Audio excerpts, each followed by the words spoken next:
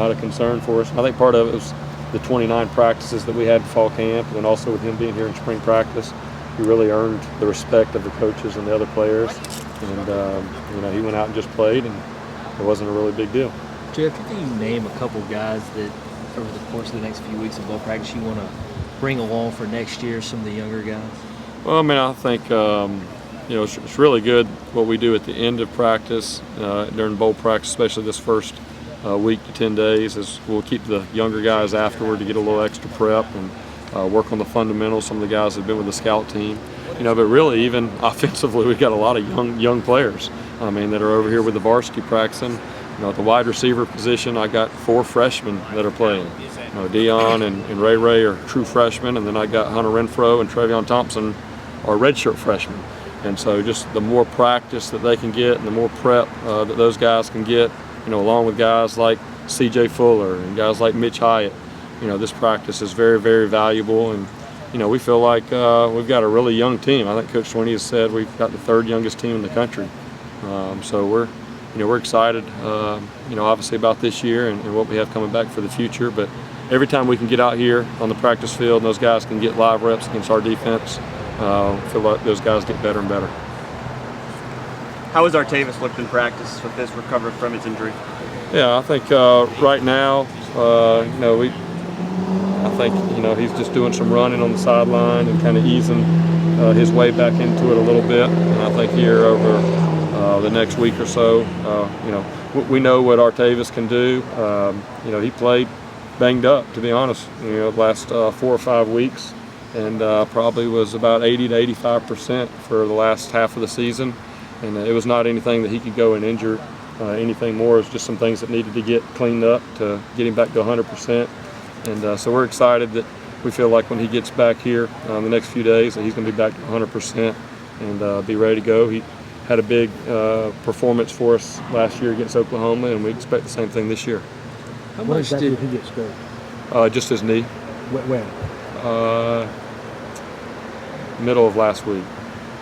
How much did those first few games when you were trying to establish the run really set up the last 9 games when you've had all the big yards?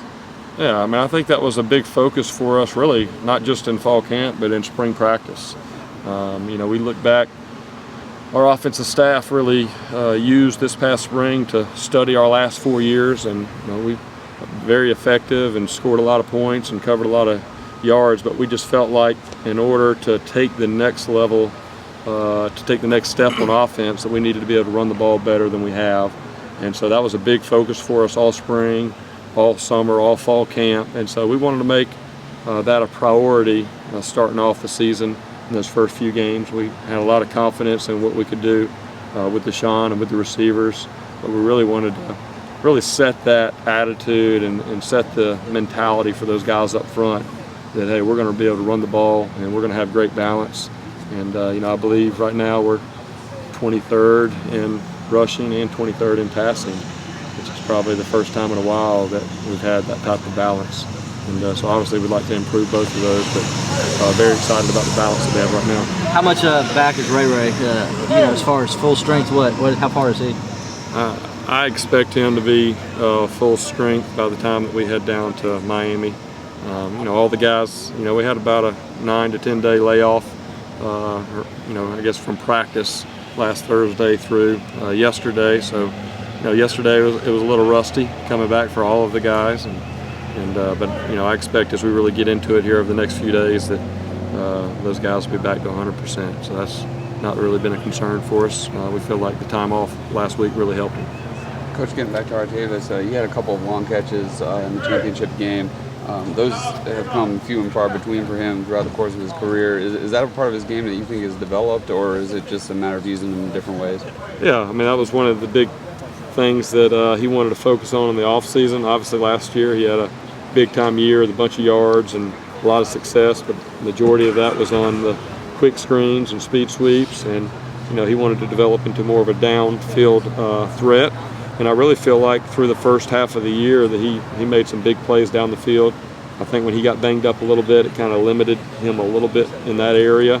But it was important to him. He came out and had a great week of practice and was feeling a lot better 2 weeks ago getting ready for the ACC championship game, and so it was great to be able to see that carry over. And that was a big spark. His first big catch in the championship game was a big play, and I think I think he'll continue to be able to do that for us here in the bowl game and in the future. Tony said that Kelly Bryant and Nick Strusler are still competing for the number 2 job. How do you feel about Kelly Bryant's development, and what do you think he can improve on here in these bowl practices? Yeah, well, he's definitely further ahead than where he was at the beginning of the year. For any young player, it doesn't matter who they are. There's going to be ups and downs throughout the year, and just being able to come out and work consistently, and bring the kind of the mental edge every week in and week out as the season gets longer. I think that's sometimes what those guys struggle with, but been really pleased with what I've seen from both Kelly and Nick first 2 days of bowl practice, and I think that this year will be very valuable for both of those guys as they go into the spring next year. Is Maverick Morris, Tyrone Crowder competing at right guard? What are you looking for in those 2 guys for one of them to establish himself as a starter? Yeah, I mean, just like everybody.